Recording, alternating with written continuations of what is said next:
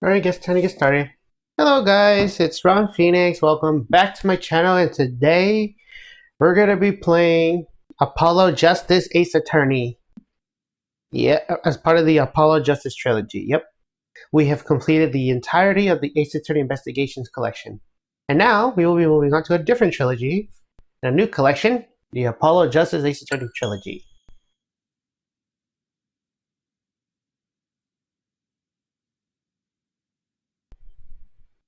We are finally gonna get started.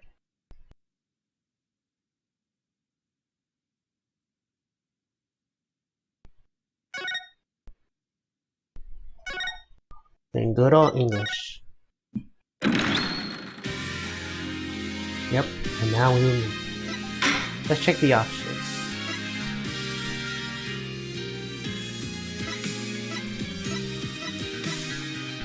Okay, I think we should be good. Man, I really love this UI, to be honest. And now in this game, we only got four cases. The first one is called Turnabout Trump. Second one is Turnabout Corner. Episode 3 is Turnabout Serenade. And episode 4 is Turnabout Succession. We're gonna begin with episode 1, Turnabout Trump. Not that one.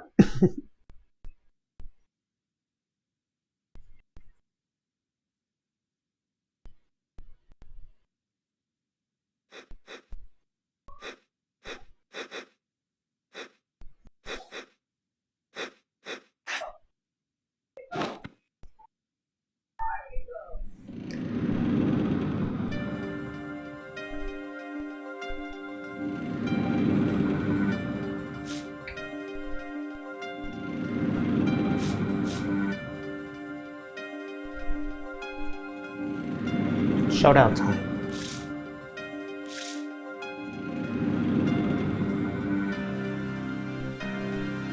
You lose. Oh! Yeah!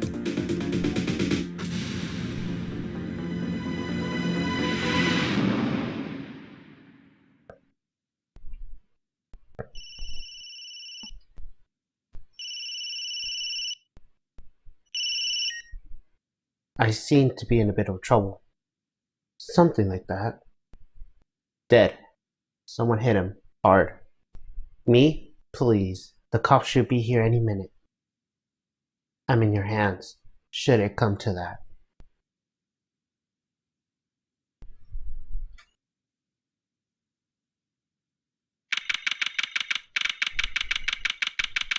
Alright. We're finally getting started. Panic. Palm sweaty. I can't admit it. I'm nervous. Oh, good morning. Good morning, sir. You look tense, Justice. Wound up tight. Wound up, sir? No. I'm loose. I'm fine. A screeching noise. Is that your voice? I suppose it is to be expected. Your first trial and it's a homicide. I guess justice doesn't start small, eh? I'm fine. I got up at 5 a.m. to do my Courts of Steel Boys workout. I'm fine. That explains it. I did detect a certain raspy quality to your screech. I overdid it again. As you know, your client today is a good friend of mine. I wouldn't want to let him down, if you get my drift. Drift gotten, sir. I'm all over that drift. As it happens, I got up within the night of the murder. We can't let this case fall through. Yes, I'm fine, sir. One more thing. Don't say you're fine quite so much. People might take you the wrong way. I'll be preparing your case. You might want to introduce yourself to the client. My name is Apollo Justice. If it isn't clear already, I'm a new attorney, and today is my first trial. Not that I'm worried or anything. The defendant is accused of murder.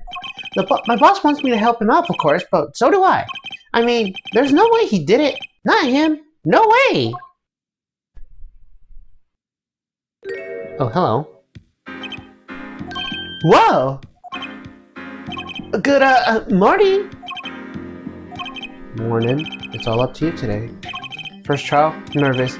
Meeting him, cardiac arrest. I think I'm supposed to say something. Help? So, you're... Fine? I'm fine! Ah, Mr. Fine, is it? I do remember you having an odd name. Well, we're off to a great start. Are you sure you're okay? I mean, with me? Mr. Gavin is a top-notch defense attorney, and he's your friend, so why? You'll see. You can do it. Be confident. I'm really sorry this happened to you. I mean, It's time, shall we? Yes, sir! Okay, I need to focus. First trial, here comes justice!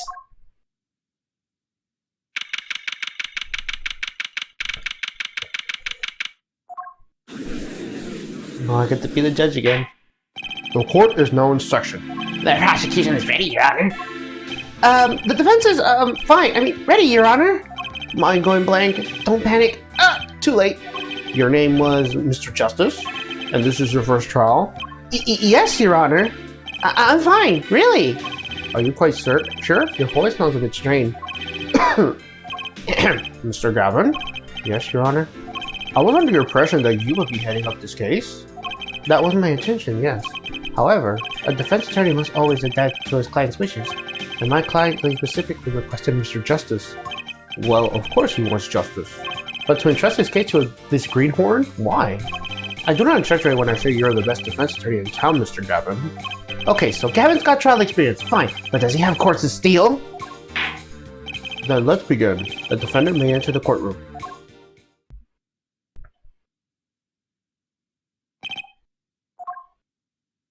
This is truly an unfortunate turn of events. I'm sorry we have to meet again under these circumstances. Long time no see, Mr. Wright. It's him? Let's put the past behind us, shall we? These days, I'm merely Phoenix Wright, piano player. Mr. Wright, how could this have happened? I won't speak of it further then. If the prosecution will be so kind as to explain the charges, Mr. Payne. To think I saw you enter this room as a fresh attorney and now I see you leaving in chains. Ah, Winston Payne. Subtle as ever, I see. The crime occurred at the Bullshit Boar Club and Russian restaurant. The defendant, Phoenix Wright, took the victim, a customer, and he hit him, wham, on the head. Smack! Killed him cold. A customer at the restaurant, you say? And the defendant, you say he was? The pianist for the club, it seems. Phoenix Wright? A pianist? This is the weapon that took the victim's life, a bottle of grape juice. Grape juice is apparently our defendant's drink of choice. The courts accept this deadly bottle as evidence. Something to note, Justice. All evidence is filed in the court record. Make a practice of checking it frequently. The court record! Right! I've heard of that! Use art to look the evidence so far. I'm confident in your ability to handle this. Right! Just use art! Sounds like it's time for some hands-on action! So, the victim was a customer at this restaurant. But who was this, Shady Smith fellow? We believe he was a traveler, Your Honor. A traveler? According to his passport, he has been out of the country for a number of years. He had only returned to this country recently, though his place of residence is unclear. And he has some sort of connection with the defendant? That, too, is unclear at the present, Your Honor. We believe they first met at the Bullshit Boar Club at the night of the crime. So they only just met, so why murder? Perhaps the victim slighted the defendant's piano playing? That doesn't appear to be the case.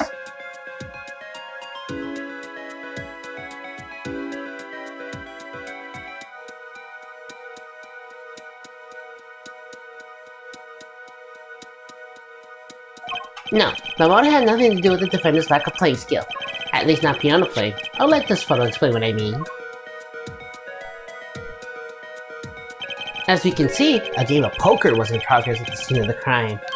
Wait a sec. Isn't poker gambling? That is a crime in and of itself. Indeed, it appears our defendant has fallen to become the basic sort of criminal. It is true that the defendant was engaged in playing a game of poker with the victim, yet it was only that, a game, in the pure sense. A competition, Your Honor. A competition? Yes, a test of wits, a silent clash of passions. Only the cards, their backs wrapped in blue flame, know its final outcome. Come again? The cards at the table have blue backs, Your Honor. I believe the defendant was waxing poetic to the attempt to mystify the present and impress women. That will be our first order of business here, then. To find out more about this fatal game of cards. Very well. Defendant, you will testify to the court about the poker competition ahead of the night of the crime. My pleasure. This is it! My first trial. Here goes nothing!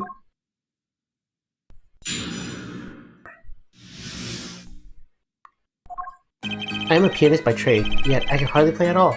My real job is to take on anxious customers over the game of poker table. The room where I play and the competition in there and the club's main attraction. The rules are simple. We play a game of poker using 2 decks of cards. That's all it is, a game, and our customers are happy. A pianist who can't play piano? Better than a defense attorney who can't defend. Very well. The defense may begin his cross-examination. Right, Your Honor. My first cross-examination. Don't blow it. Are you alright? You're sweating bullets. Bullets? Where? There's a figure of speech, Justice. Your voice sounds strained and raspy, too. My brain feels strained and raspy, sir. You've watched me perform cross-examination many times, though you've never done one yourself, have you? Care to refresher? What to do? So I ask Mr. Gavin for a refresher course on cross-examination? No, I'm good. No need for help here, sir. I think I got this one covered. I think you better do more than think. You know it, or do you not? I'm fine. The courts of steel are ready for battle. My weapons, pressed and present. Find any consistencies, any lies in the testimony, and reveal them to the court. That is cross-examination. Learn it. Know it. Do it. Inconsistencies? Lies? Phoenix Wright? As if Phoenix Wright would never lie, and it's up to me to prove it. The defense will begin its cross-examination.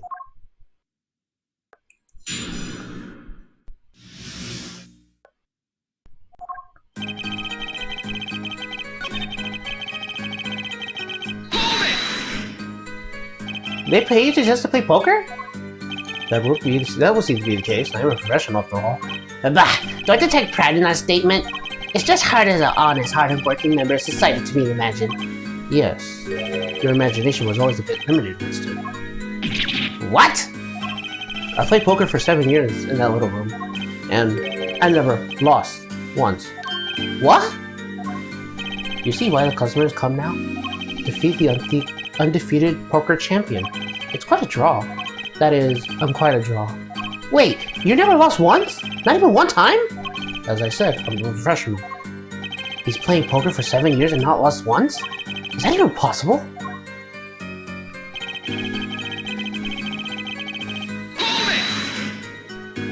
The room in the crime scene photo is an attraction? It has quite a history, actually. The Bolshevik Bowl Club used to be a gathering spot for black market types back in the day. But black market? All in the past. Things like in the black market are only in the silver screen nowadays.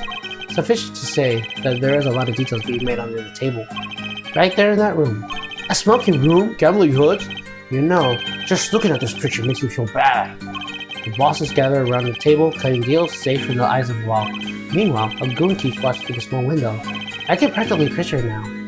That window does look like it would be good for keeping a lookout, but what else? What else? The room had a few other tricks to it, though it is common knowledge to our regulars.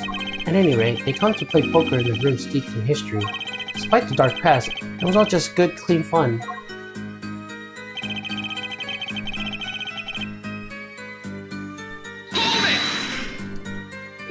Two decks of cards? A simple measure to prevent cheating. Hey Josh, if you alternate 2 desks, no one can flip in cards. There's something else I noticed. In addition to the cards on the table, there are some lying scattered on the floor. Precisely. Cards on the table, cards upon the floor, each one forming a complete deck. The crime scene painted blue by the sad sweep of cards. It's poetic, really. Incidentally, we used 2 types of cards at the club. One deck of cards was red, the other blue. As I recall, the poker you made 5-card hands. I can see how it would be easy to cheat. Yes, a game of hands.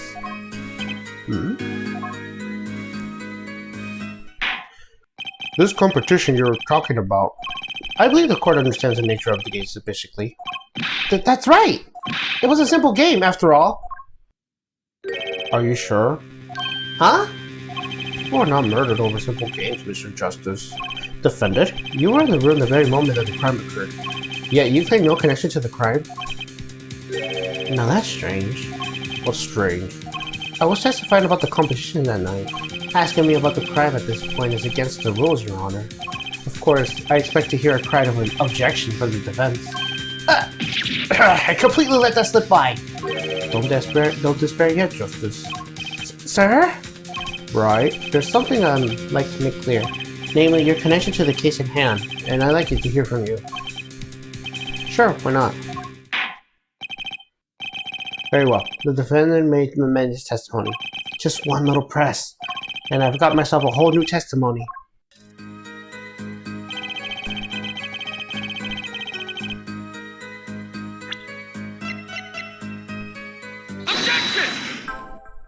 Opening objection. So you say you didn't touch the murder weapon? This grape juice bottle? Right? So I said.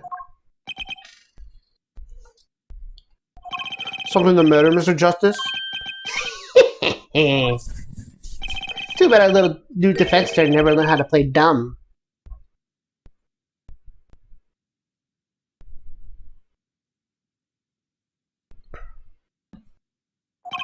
What's this, Mr. Payne? I examined the bottle in question, you see.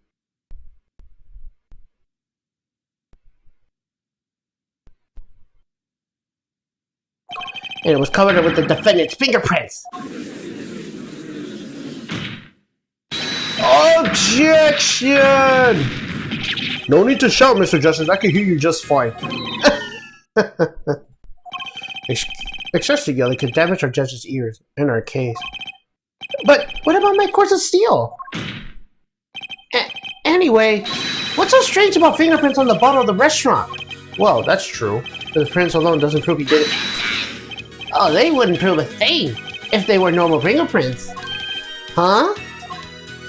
But the fingerprints on this murder weapon were upside down. Upside down? What does that mean? It means he was holding the bottle inverted, and there can be only one reason for that.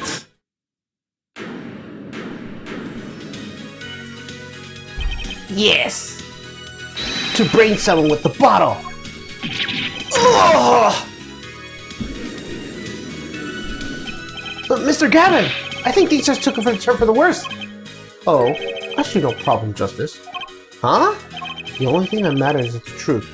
There's a good reason for everything. You'll see. Defendant, can you explain your fingerprints on this bottle to the court? I stand to the plea of silence regarding the murder. For now. Not very corroborative, are you? This could hurt your case. I'm sure he's uncooperative because he's hiding something. There must be some reason. Objection! Your Honor, you seem to have forgotten something. And what might that be, Mr. Gavin? On the night of the crime, who was it that reported the murder to the police? Reported? Well, that was the defendant, Mr. Wright. But still, that... Really? Yes, well, according to the case file, the murder was reported from near the scene by the call from the defendant's cell phone. Near the scene? Let's take a look at the diagram of the murder scene, shall we? The victim was murdered in a small room in the basement 2 floors down from ground level. Of course, cell phones can't have reception so far down. The offender used the stairs to in this hallway to go above ground. The call came from the first floor of the restaurant. I see. And this is the phone that made the call?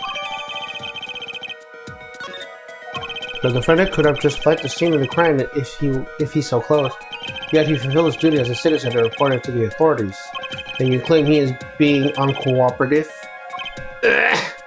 Nice save, Mr. Gavin. I better not waste this. I think the prosecution has toyed with our client enough for the time being. Toyed? I assure you, no one is more serious about... What was it you said?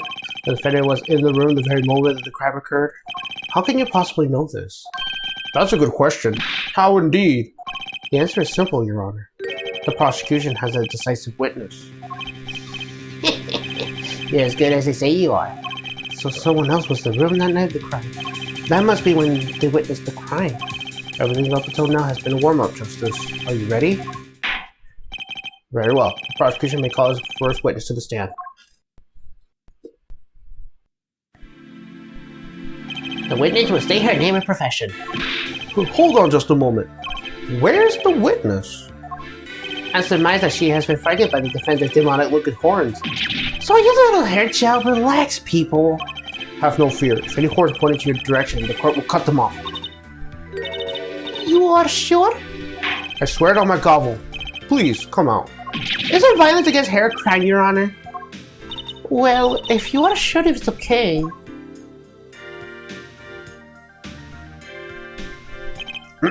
Now the prosecution.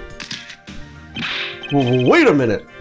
Would your prosecution care to explain the witness, paraphernalia? Yes. She is a professional, Your Honor. These are merely just tools of her trade. And those would be... My name is Olga Orly. I am employed as waitress at Worship Board Club Restaurant. Then why the camera? Of course, it is my pride to serve worship that is naming the restaurant. But I also perform, as I say, other service. I take it one of those other servers taking customers' pictures.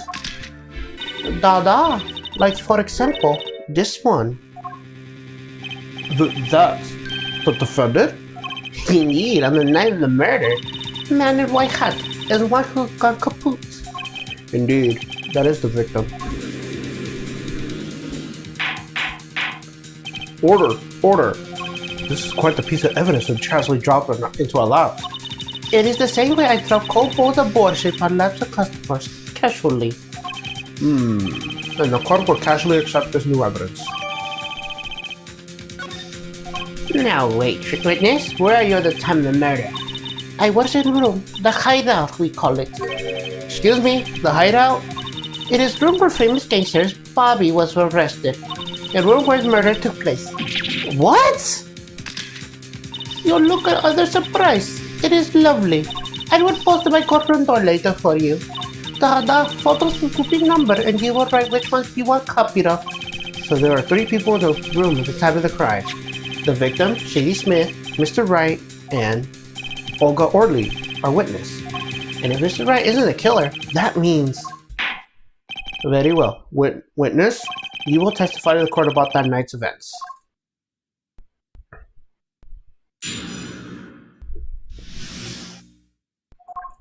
That night, customer asked me to deal cards for the game. It was cold. Both players played with hats on. The victim, he plays whole time with the hand and locket on his chest. Then, last hand is done, but something terrible has happened. That man flew that victim and is strangling him to death. Incidentally, who won the game? Isn't it obvious? The winner was the victim, Mr. Smith. That's ridiculous! Because Mr. Wright can't lose! Justice, maybe you could come up with a more legitimate objection? But he hasn't lost in 7 years! Take it from me, kid. It happens. I didn't lose the case my first 7 years as prosecutor either. Incidentally, I have some evidence here. These are the poker chips as they lay the very moment of the crime. The handed chips on this side belong to the defendant, Mr. Wright. Those on the far left belong to the victim, Mr. Smith. Chips, you say? Yes. Imagine the poker is war. Your hand is your army, and the chips are the spoils. I know that. After all, in my youth, I was known as the poker head of courtroom number 3. I think he meant poker face. Looking by this picture, it does seem like most of the chips are the victim's side of the table. Very well. The defense may cross-examine the witness.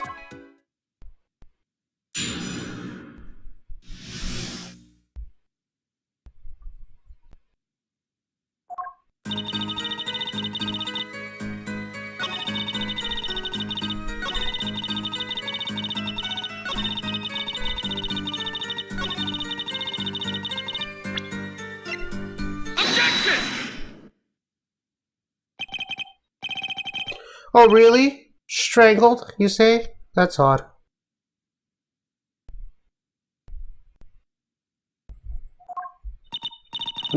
Normal customers only choke on bullshit. No, I mean, this report said that the victim died with a blow to the head. Miss Orley, Really now? Did you witness the crime? Eee!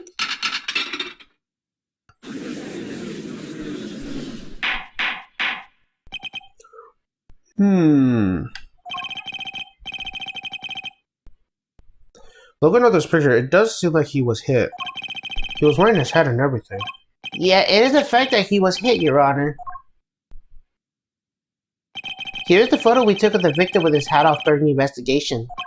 Well, that's quite shocking, isn't it? The head certainly was hit. But I have seen it happen. The defendant, he lunged the victim, his neck. Oh, really, Miss Aurelie? I think I caught you on your own lie this time, Justice. I admire your enthusiasm, but perhaps you should think this through once more. What do you mean? I found a contradiction. There's one thing in her testimony that troubles me. Very well. It seems that we should continue this cross-examination. There's such a thing as thinking too much. This horse is dead. Let's stop beating it. There's such a thing as thinking out loud too much, too.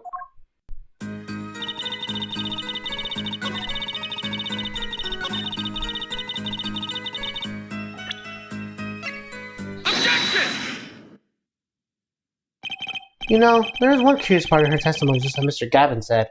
But what does it mean? Mr. Justice, would you care to explain what is it you're thinking so intensely about? Recall the testimony, Your Honor. The victim played with his hand on locket on his neck, I believe she said. I hope you aren't about to raise an objection of the witness's grammar. No, but take a look at this photograph. Do you see a locket on the victim's neck? Well done, Justice. I'm impressed. You know you were able to handle this. But what does it mean? We are to believe that this witness testimony as is, and the locket disappeared following the victim's death. Lockets don't just disappear, Your Honor. It's quite simple when you think about it. If the locket is gone, someone must have taken it off. Taken it off? Wait, you don't mean... The defendant wasn't strangling the victim at all. He was taking off his locket. Wouldn't that explain it? Ah.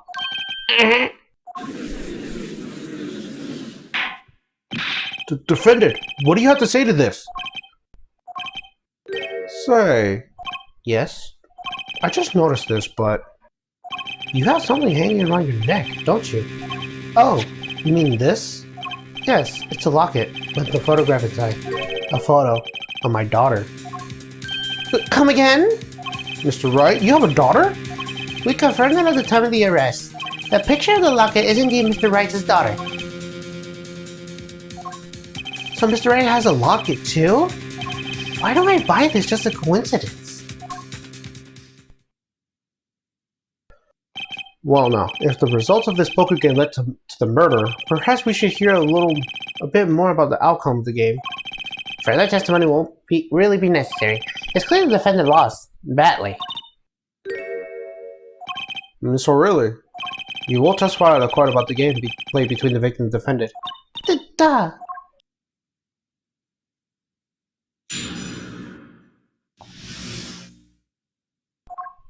The game began with 3,500 points of chips with each man. Color chips come to two sizes, small and large. The ones who are winning, it was the victim. For the left hand, the defendant played with all chips on table and lose. The moment loss is decided, the defendant grabs bottom on table and... Indeed, looking at this picture, it does seem to be a one-sided game. As the court knows, poker was the defendant's life. Failure must have been a bitter pill to swallow. Ah, how many times have I heard those words? I done it in a fit of anger, Your Honor, and now I regret what I've done. A common tale, but true. Methinks the judge watched too many court rulings. Mr. Wright said he hasn't lost in 7 years, so this testimony must be wrong.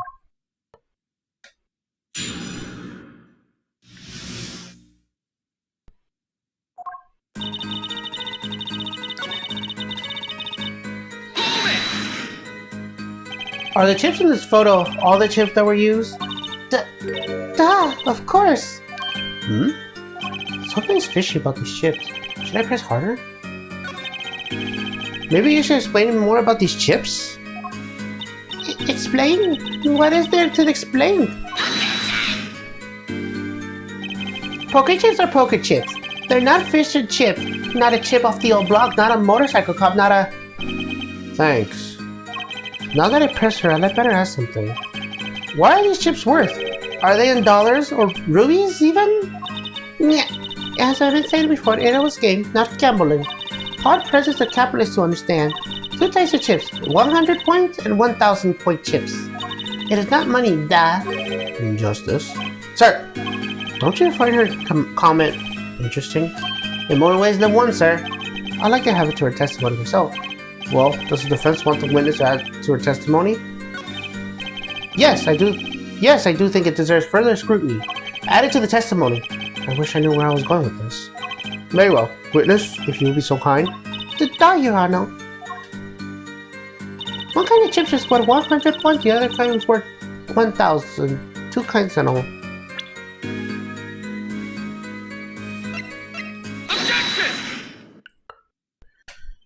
You sure it was the victim who won? Absolutely sure?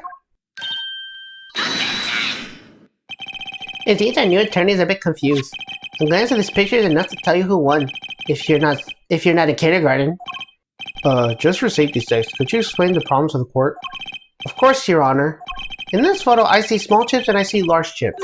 Tell me, which is worth 1000 points? Why, the big ones, of course. Duh. Oh, I thought so too.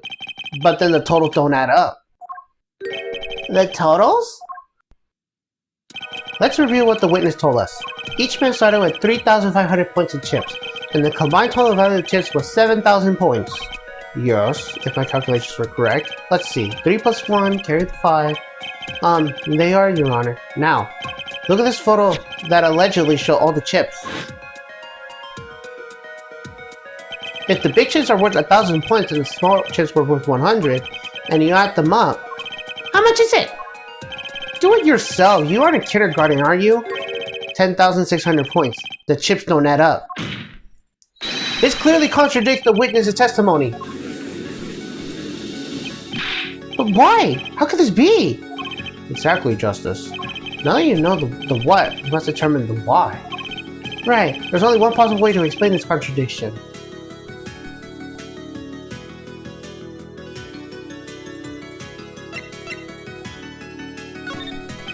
Each man began with the game with 3,500 points. If all the chips are indeed shown in this photograph, then there can be only one answer.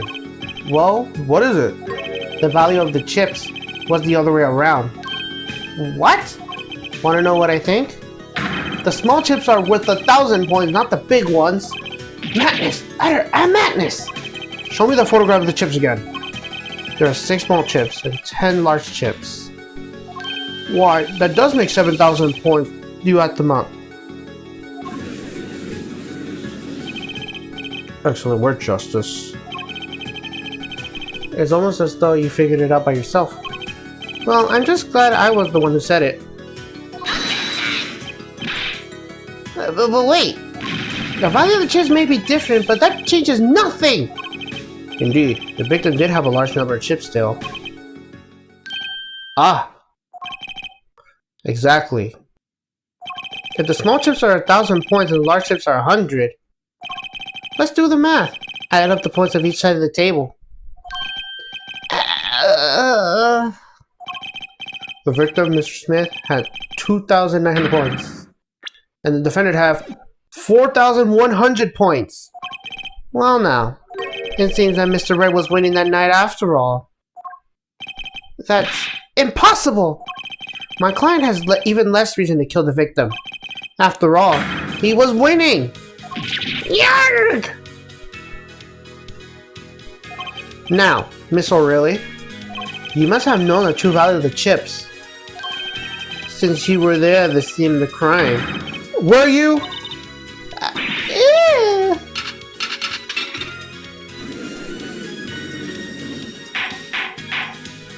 Order! Order! It appears our defendant has lost his motive, and Mr. Wright's supposed defeat never happened.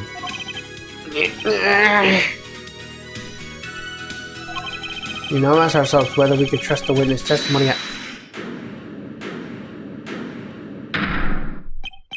Excuse me, what is it, Miss O'Reilly? I did not want to be saying this, but actually, you see, See what, Miss O'Reilly? What did you see? In the last hand, there was cheat. Cheat? You don't mean a trick? Wait, or do you mean a scam? They're all the same thing. Yes, there are cheats in last hand. This is why gamers with chips as they are. Great, just great. First we have lying, now cheating? Well, this case certainly is taking a turn. Fairly interesting. Witness, you will please testify to the court. Tell us about this cheating in the final hand.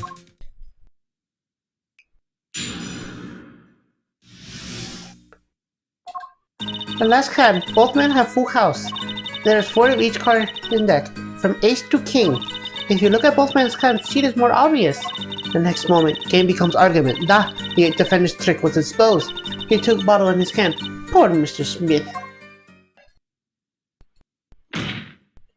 Miss O'Reilly, why did you not tell the court about this from the very beginning?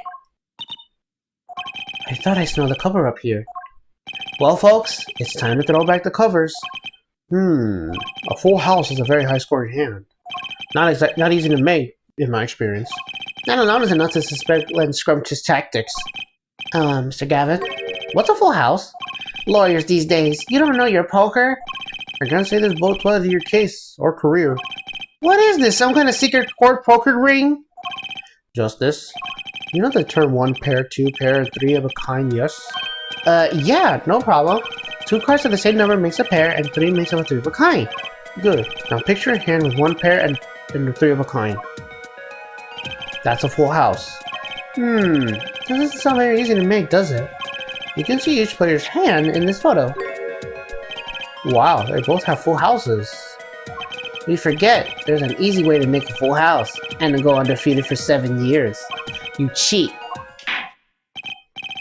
The fence may cross-examine the witness.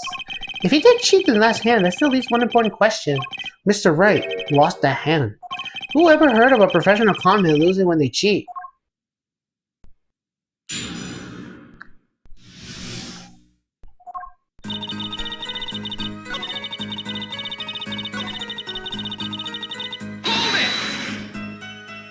How was it clear? Well, the defendant, he played the 5th ace. A 5th ace? I still remember both hands very well. Mr. Smith had 3 aces. And Mr. Wright 2. Obviously cheating is a foot, or perhaps I should say a hand. Your Honor, perhaps this can be added to the testimony without Mr. Payne's joke. Very well. The witness may add this detail to her testimony, please. Mr. Smith has had 3 aces and Mr. Wright 2. It is 5 aces in total. Objection! It appears a witness is mistaken. Mistaken? But my name's... Look, this piece of evidence clearly contradicts what you just said in your testimony. That's the photo of the chips, is it not? Justice, perhaps you ought to explain your point in a way that the judge can comprehend. In other words, use your finger to point out your point. Yes, please point out the contradiction in this photo. What particular point contradicts the witness's testimony?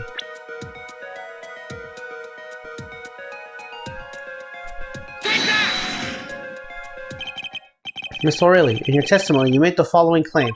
Mr. Smith's hands has 3 aces. But as you can clearly see, the victim's hand only held 2 aces. Well, maybe the witness was simply confused. Perhaps it was the defendant's hand that held the 3rd ace in question. Objection! Take another look at the evidence. As you can see, the defendant also had 2 aces in his hand. Where's this 5th ace? I see cheating alright, and it's going on right here in this courtroom. 2 aces in each player's hand does make 4 aces total. Hardly proof of cheating. Wait, please. It is true. I have seen it. The 5th ace. There was cheating. I swear it to you. That's odd. She must be lying, yet she's the most sincere I've seen her all day. You're right to entrust your instincts. Mr. Gavin? You know what lies in store for us in our trial ahead. Your Honor, if I may, I have a suggestion. What might that be, Mr. Gavin? If you don't mind, perhaps we might examine the actual cards. The cards? Mr. Payne? Yes? The players' hands that night were set aside as evidence, were they not? The defense would like to request that the cards be shown to the court. Very well, the prosecution may submit this evidence. Which will we examine? The victim's cards or the defendant's cards? If these cards don't prove cheating was going on, nothing will. Now, which of these hands is more suspicious? It was the victim's hand that changed over the course of the witness's testimony. The defense requests time to examine Mr. Smith's cards. Very well, Mr. Payne, if you would. Very well. Well, time is wasting. Get to it, Justice. Yes, sir. When examining evidence, be sure to view it from all sides and angles. Try using right stick to turn it which way and X and Y to zoom in and out. That should give you a better perspective on the case. Okay, let's do this. What? Your Honor, look at this! One of the victim's cards. The back is a different color. That's impossible! But I put that card in Wright's hand! Ah! What was that, Miss Orley? No, I simply said, no, I have... Your Honor? Mr. Gavin, yes? Tell me, what is the easiest way to cheat in poker? To cheat? I'll tell you. One really needs a friend, a comrade, shall we say. The dealer. Wait, so you mean... This witness, Miss Sorley? She's a cheater. A professional, I wager. Yeah. Order! Order! Focus, Justice. Time to take advantage of her. Of her mistakes. Your Honor, please recall the testimony that we just heard. That's impossible! But I put that card in Wright's hand! Ergo, Miss Argo Orley inspired to cheat, not with my client, but with the victim, Mr. Shady Smith. Ooh! Not only did she cheat, she cheated poorly. Therefore, it's not hard to imagine an altercation between her and the victim. What? Wait, you don't mean the defendant isn't accusing the witness, Miss Argo Orley? Are you? Time for justice. There are 3 people in the room at the time of the incident. And if Mr. Wright isn't guilty, that means I am. The defense accuses the witness, Miss Argo Orley, of murder.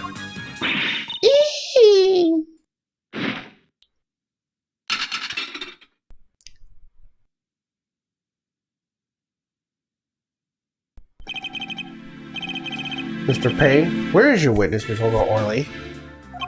It appears she has lost consciousness, Your Honor. Mr. Justice? Your Honor? It seems you presented a new possibility to the court. One suggestion of connection between the witness and the victim, Mr. Smith. And that means... The court cannot pronounce a verdict of the defendant at this time. What? I did it! I held out! I see no point in prolonging this trial this day. The prosecution will need to make further requisitions.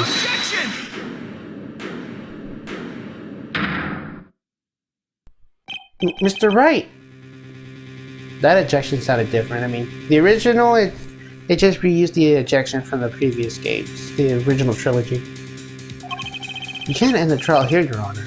Not yet. What nonsense is the defendant spewing now? Think. One of the cards had a different colored back. Don't you wonder what it means? Well, what are you doing, Mr. Wright? Raising objections right when you're about to get off the hook? Ridiculous! Mr. Payne, you of all people should know. Mr. Wright has a talent for the ridiculous. Perhaps we should get to the bottom of things. Let's clear up the facts about this game in Fateful Night. As we said before, we altered between 2 decks of cards that night. No one said before. The 2 decks of the club had different colored backs, blue and red. 1 color per deck. Why use different colored backs? If we use the same color, the 2 decks might get mixed. You used different colors and they still got mixed up.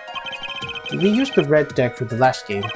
I see, but that's odd. For some reason, I have this impression that you were using the blue cards. Yeah, me too. I'm sure someone said something about blue cards. Whatever. In the end, 1 card was the wrong color got in the mix.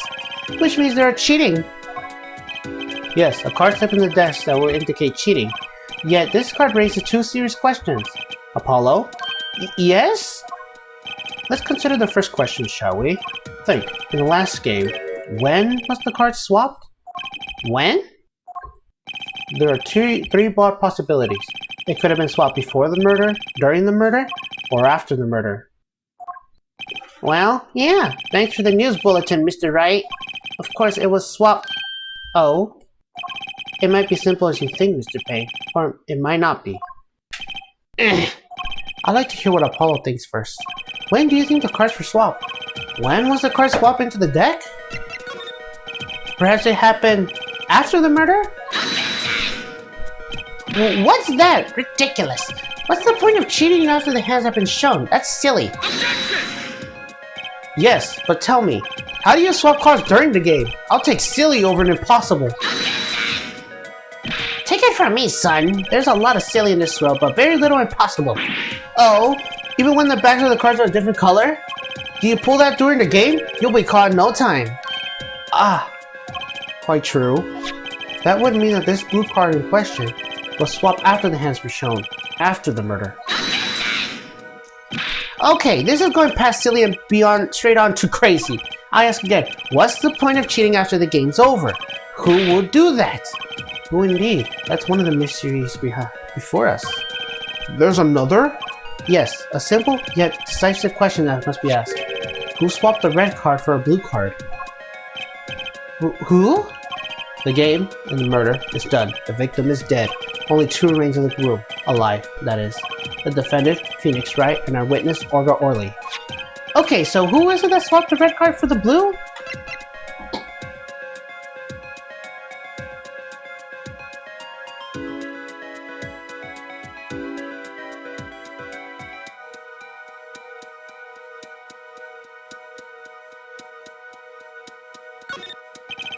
The one who swapped the cards wasn't Mr. Wright, of course. And, well, it doesn't seem like it could have been Olga Orley either. But what are you suggesting? That's hardly a logical conclusion, I'll admit. As a defense, I think it only makes sense for you to name Miss Orley at this point. Yes, I know.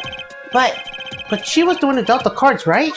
I just can't believe she would make a mistake of swapping the wrong color card.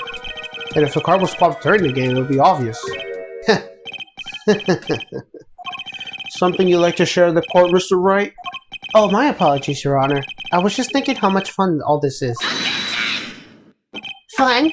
How about confusing? I have no idea what the defense is claiming, Your Honor. If the one who swapped the cards wasn't the defendant, and it wasn't Miss Orley, then who was it? Yeah, well, that is the question, isn't it? Precisely. Huh? I believe we're about to see this case take a new direction. A new direction? We'll find out, indeed, after the murder. Someone swapped the cards of the victim's hand, and that someone made two critical mistakes. I'm sure you're going to tell us the first one was swapping the wrong color card, because the one who didn't swap didn't know two colors of cards being used. The other mistake was the number on the card. Right, the person replaced the fifth ace with a king. I'm sure whoever swapped it wasn't expecting there to be a fifth ace after all. All they knew is that they had the game happen one with a full house. So they picked up the king from the table and swapped it in. But there's only one problem. According to our case record, the person doesn't exist. True, not until now, but you have to admit the possibility of a fourth person. Though it's more than a possibility. There was someone else there that night at the scene of the crime. What? I believe the judge spoke truthfully earlier. You do make trials. Ridiculous, Mr. Wright. This trial is proceeding on one central conception, namely that at the time of the incident there were three people in that room. I believe there's new evidence, shall we say, which turns that assumption. The problem is that you chose to conceal this information from the court. I suppose that is a problem, yes. Court is adjourned for the brief recess. Mr. Gavin, I'll see you in my chambers during the recess. Certainly, Your Honor. Very well. The trial may resume in 20 minutes.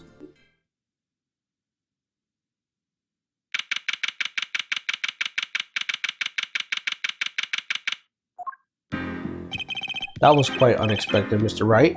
To suddenly claim there was another person at the scene of the crime like that. I must ask, is this the truth? Well now, I think you should know the answer to that. Ah, being mysterious, are we? Sadly, I have no time for mysteries. I only ask that you leave the defending to your defense in the future. Otherwise, I cannot guarantee the outcome.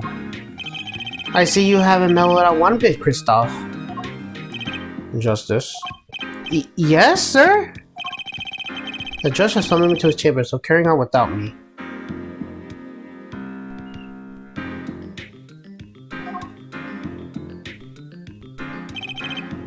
You did well, Apollo. Can I ask something? Sure. That locket you wear, is it really yours, Mr. Wright? Oh, you're wondering about the victim's disappearing locket? Here, you can take a look at it. There's a picture of my daughter in there.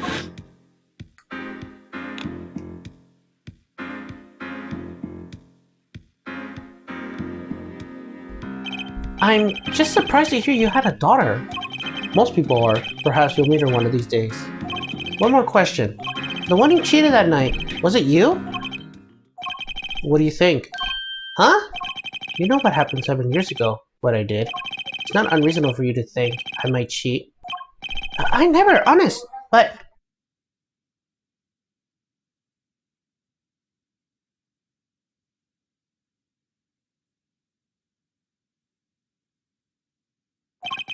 It is odd that he managed to go undefeated for 7 whole years. Wanna know something? There's only one game where you can dealt bad cards all night and still win. Poker. Eh? You see, poker is all about reading your opponent. In that way, it's a lot like a court case. Poker is like trial law? Figure out what the opponent is thinking and you win. Well, yeah, but that's harder than it sounds. I think not. Try as they might to conceal it, everyone reveals their true thoughts in the end. Their body language can become a valuable source of information. You're kidding! That witness, for instance, Miss Orley. She would touch the back of her neck during certain parts of her testimony. Did you notice? No. Come on, who'd notice that? Words, habits, twitches is all information up for the reading.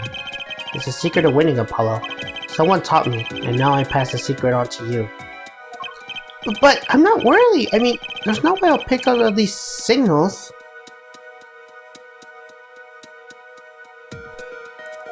No, you can do it. Huh? You just don't know it yet. What's he talking about? But you will, soon. Ah, almost forgot. One more thing. About this case. You should know, I haven't told the truth to anyone yet. What? I knew it. I have my reasons, of course. All shall be revealed. And Apollo, I need you to be there, defending me. I need your power. My, power? I had no idea my course of steel were that special. It's time. The real trial begins now. Do your best.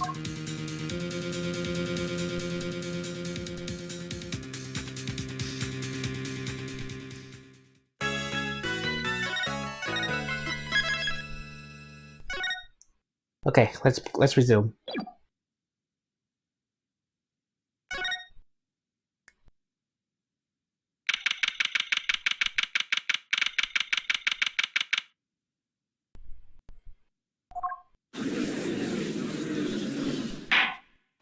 Court will now reconvene. Has our witness, Miss Olga Orley, recovered? Yes, Your Honor. Well, she regained consciousness. Perhaps we could hear a version of the events again. That's the thing. You see, she's quite fatigued. You're looking a bit fatigued yourself, Mr. Payne. Sadly, fatigue is insufficient grounds for innocent to testify or prosecute. The defense would like to request that Miss Orley takes a stand. Very well. The witness will take the stand. Perhaps you could repeat your name and profession. Or perhaps you'd rather admit that you're a poor liar and a poor loser. Not. Oh. Name's Olga Orley. That's the truth. I'm a pro dealer. People call me Olga Quick Fingers Orley.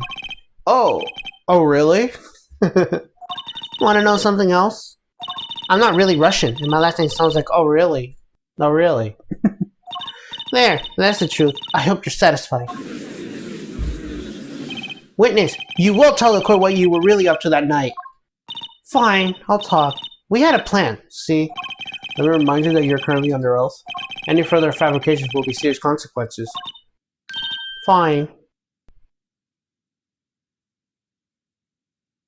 Like I said, I'm a pro. That guy, Smith, hired me to do what I do best. I was planted to the Borshik Board Club several days prior to the night of the game, as a waitress. So you were the cahoots with the victim. Not that he needed my help. Smith was already known poker player in some circles. But winning just wasn't his main purpose of the game. It was about destroying a legend, an unbeatable Phoenix Wright. The plan was simple, elegant, Billy. You see, we set up a trap of sorts. It was to plant a card in Wright's pocket beforehand, and then deal 5 aces during one of the games. When their hands were revealed, Smith would call him out and search Wright. He would then pull out a plant card and the trap would snap shut. You swapped the cards! Exposed as a cheater and losing on top of it, it would have made such a great double play. Just like that, the legend will be dashed to pieces. Indeed. Getting caught red-handed at cheating would cost doubt on all his prior wins. But severing your legend destroyed by one little card. That was the plan.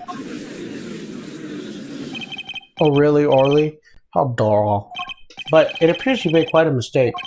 A mistake? I agree, the trap was elegant. Yet, what happened to that planted card? Hey, that's right. He's lucky, I'll give him that. You have to be a slip-free to trap laid by Olga Quickfinger's Orly. Oh really? The witness will be much cuter if she dispensed with the evil masturbate shtick. Cute? Who wants to be cute? I'm not cute. I'm bad. You hear me? Bad. When you're through being bad, perhaps you could testify to the court? Tell us about this trap and how it sprung.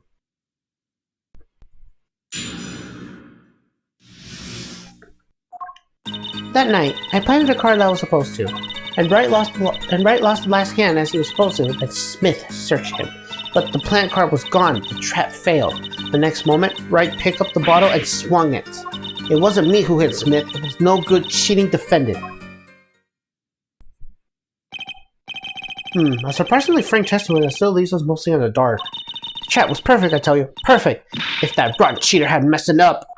Look who's talking! Well, the testimony, for what it's worth, is all yours, Mr. Justice. With witnesses like her, who needs criminals? And with defendants like Mr. Wright, who needs prosecutors?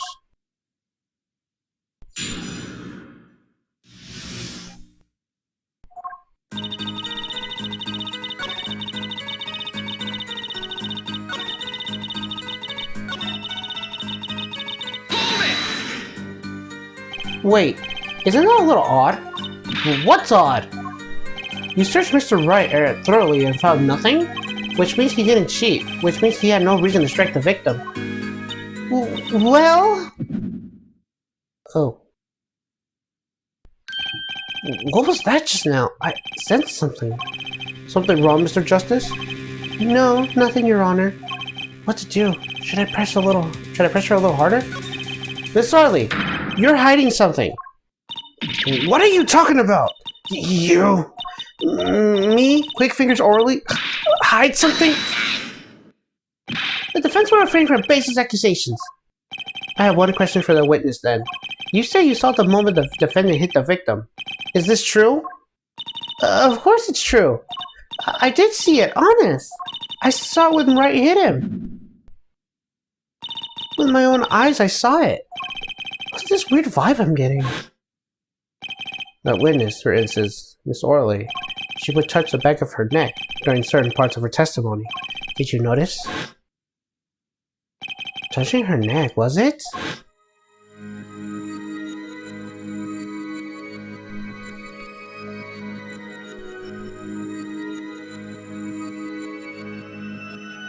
Whoa!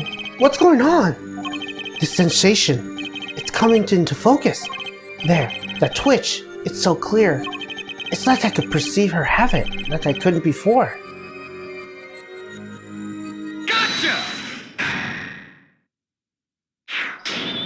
Yep, this is a new gimmick, perceive, which is pretty cool. I like this one. Miss Orly, perhaps you are unaware of this yourself. Unaware of what? Whenever you get to a certain part of the testimony, you touch the back of your neck with your left hand. My neck? So what? But indeed, Justice. I haven't noticed anything of the sorts. When she said that part of her testimony, She's subconsciously recalling something. Her body reacts to the memory, and she touches her neck. I'm sure of it. A memory? Would someone care to explain what he's babbling about? This is highly unusual, but I asked the defense. You claim the witness is remembering something. Maybe you have evidence of this memory to show us? Her habit of scratching her neck when she talks about the moment of the crime? So, what would remind her most of the moment of the crime? Miss Orley, whenever you recall the crime that night, you scratch your neck. I notice it happens when you think about the moment of the crime. There must be some reason behind this habit of yours. I believe the weapon that left you an irreversible impression in the neck is this. Whenever she talks about the moment of the crime, she touches her neck, and what reminds her more than that moment than this bottle, the murder weapon. But something doesn't fit. If you were only the witness to the crime, why would that make you touch your neck like you're in pain? What's he talking about now? It was Mr. Smith, the victim, who was hit. Not you! This is a cross-examination, not a cross-wild conjecture. The witness's habit? They're completely irrelevant. Justice, I'll admit, I'm a bit confused myself. This is certainly a unique cross-examination. I'll explain later. Just trust me. Now's the only chance to break her. Miss Orley, please testify in detail about the moment of the crime. The very moment. Yeah, I know nothing. We know you're not Russian. The witness will testify, please, now. Bah, fine. He's the one that did it. I didn't let him out of my sight until the cops got there.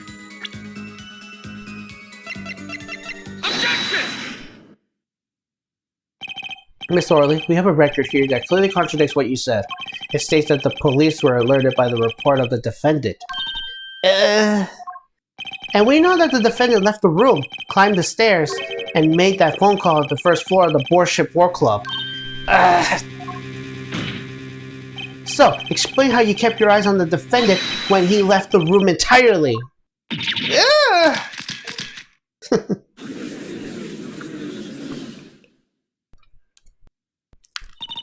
The man who picked up the bottle and swung it that night wasn't the defendant.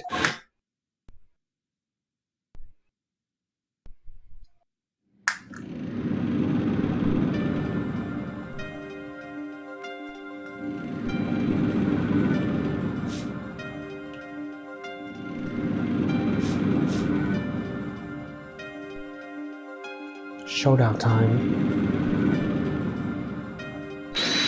You dirty cheat! Check his pockets! Now! It's gone! The card's gone! You lose. Ugh! Just then, Smith grabbed the bottle from next to right, and he hit me. You! Some master of cheating you turn out to be! Ew. When I came to, the victim was already dead. Is that it? That's why I couldn't reveal who I really was. If it came out that I was in league with Smith, I'll be a suspect for sure. Well, where does it leave us? Madness! This is madness! I'm dreaming! It must have been me who hit the bottle, and I'm imagining all of this. It appears our prosecution is at the wit's end, and frankly, I can't blame him. Mr. Gavin, what do you think about this turn of events? Mr. Gavin, sir? I believe that, as a defense in this case, we are compelled to call Miss Orley a big fat liar. What? Three were in the room the night of the murder. The defendant, the victim, and her. And she has a motive. A motive? The plot foiled. The witness got into an argument with the client, Mr. Smith. And the general matter of the argument was murder. What? I didn't... No killer! It's a trap. Someone's trying to frame me.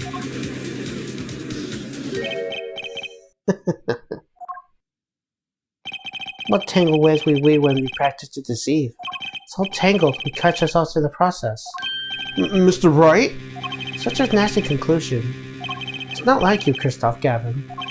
What are you saying? Why not consider the other possibility? that there was another person in the room at the time of the murder. Right, like Mr. Wright was saying before recess. A single card was swapped in the victim's hand after the murder, and the one who swapped the card didn't know two colors of cards were being used. The fourth person. Ha! This theory again, your fourth person doesn't exist. Indeed. That's why I decided to bring this case to court. Here, when there's no escape and no chance for deception. The perfect place to catch the real criminal. The real criminal? And we're in luck. The clue to the real criminal's identity was kindly provided to us. And right in the beginning of the trial, no less. What? Apollo, perhaps you know what I'm talking about? Sorry? Remember what I said. The fourth person who swapped the cards made one critical error. He or she wasn't considering the cards at the back of... He was considering the color of the back of the cards. Right. But how does such an obvious mistake occur? The cards used in the last game were red. Yet, there was one person here, in our court, who thought those cards were blue. Yeah, I had that impression too, but why?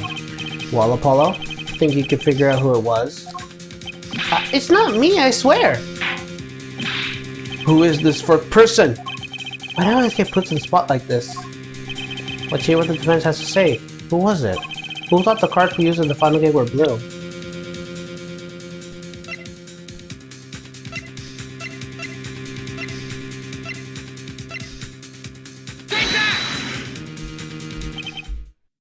As I expected. Your eyes and ears are as sharp as your hair. I was right? Christoph Gavin, you were the fourth person that night. But of course Mr. Gavin knows the color of the cards. How would he? As you can see, the photo on this crime scene is black and white. You can't tell which of the colors are blue, the ones on the floor, or the table. But look! You can see the colors in this photo. Yes, but when I said the cards were blue, when he said the cards were blue, it was well before this evidence came to light. It is true that the defendant was engaged in a game of poker with the victim, yet he was only that, a game, with the purest sense. A competition, Your Honor. A competition? Yes, a test of wits, a silent clash of passions. Only the cards, their backs welch in blue flame, knows the final outcome. Well, Christoph? Mr. Gavin? Mr. Gavin, is something the matter? No, nothing. Excuse me. It was just so sudden. Right? You aren't seriously accusing me, are you?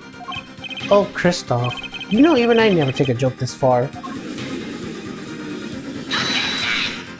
This has gone beyond ridiculous, beyond dumb. This is insanity. The defendant accusing his own defense attorney of murder? I assure you, I'm quite sane. But what possible connection could Mr. Gavin have to the victim?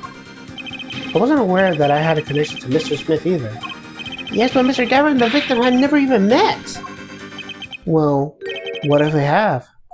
Huh? There's a possibility, after all. They may have met that night before the game started. What are you suggesting? Is this the truth Mr. Wright was staying silent about? Well, only one thing to do. Mr. Wright, the defense would like to request that you testify to the court. Objection! The defense would like to request no such thing. Mr. Gavin? Testimonies must relate to the case. How can anything happening before the game of poker be related? I'm not sure I follow, Mr. Gavin. As I explained before, the defense believes that Miss Orley. Am I to assume you speak of Mr. Justice in this? He is a defense, not you. Mr. Justice, the matter of Mr. Wright's testimony is up to you. Oh, okay. Does this court, in your opinion, need to hear Mr. Wright's testimony? This was Mr. Wright's strategy. He was planning this all along, and I intend to see it through. The defense would like to request that Mr. Wright testify to the court. It too, Justice? You would betray me, your teacher? I'm sorry, Mr. Gavin. This isn't about loyalty. This is about the truth. Very well. The defendant, Mr. Wright, will take the stand, please.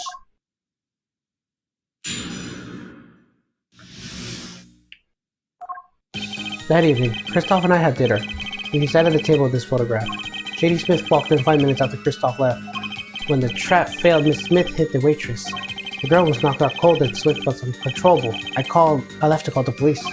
When I returned, he was dead, blood steaming from the cut of his forehead. That's when I made another phone call to defense attorney Gavin. Mr. Gavin, you were at the Bullshit Bull Club that night of the murder? I dined with him rather frequently. And you talked to the defendant in his phone directly after the murder? Quite against my will, I had become involved in the murder. I thought I might be in need of a lawyer, so I called him. You were planning this all along, weren't you, right? Just because you wanted to drag me into your little murder trial?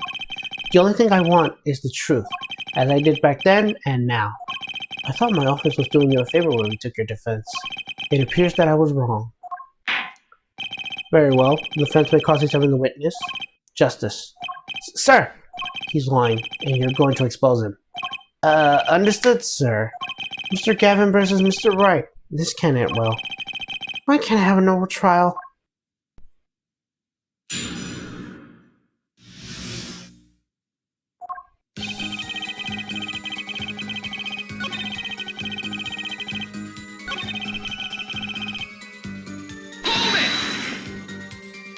About this failed trap.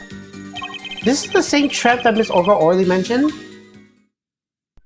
The plan was simple, elegant really. You see, we set up a trap of sorts. That was to plant a card in Wright's pocket beforehand, and then deal 5 aces during one of the games. When the hands were revealed, Smith would call him out and search Wright. He would then pull out a plant card and the trap would snap shut. You swapped the cards!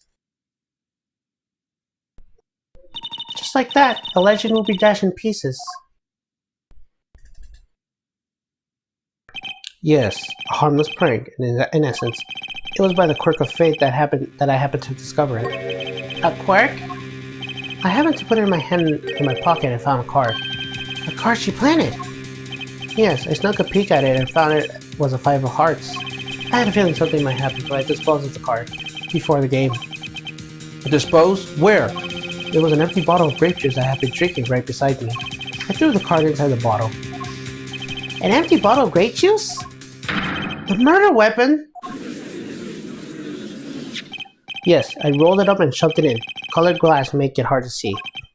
A battle of wits between the deceiver and the would-be deceived. That sounds like terrific drama. The card inside the murder weapon? That's strange. Did the police miss anyone in their investigation? Maybe I'll take a look. Yeah, we can do that.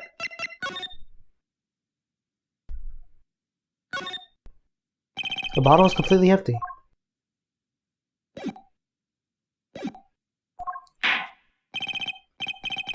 Mr. Wright, the poker-head of Corporate Number 3 approves about this battle of wits. Please provide your testimony with this new information.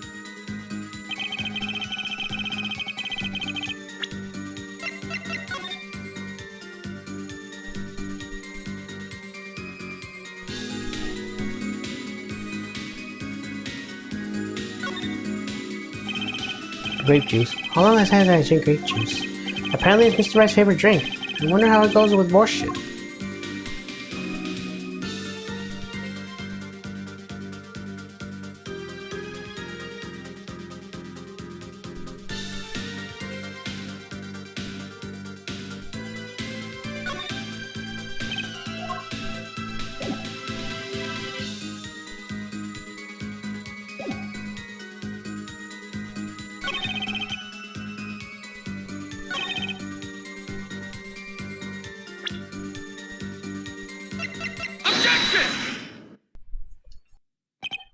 Mr. Wright, if I may?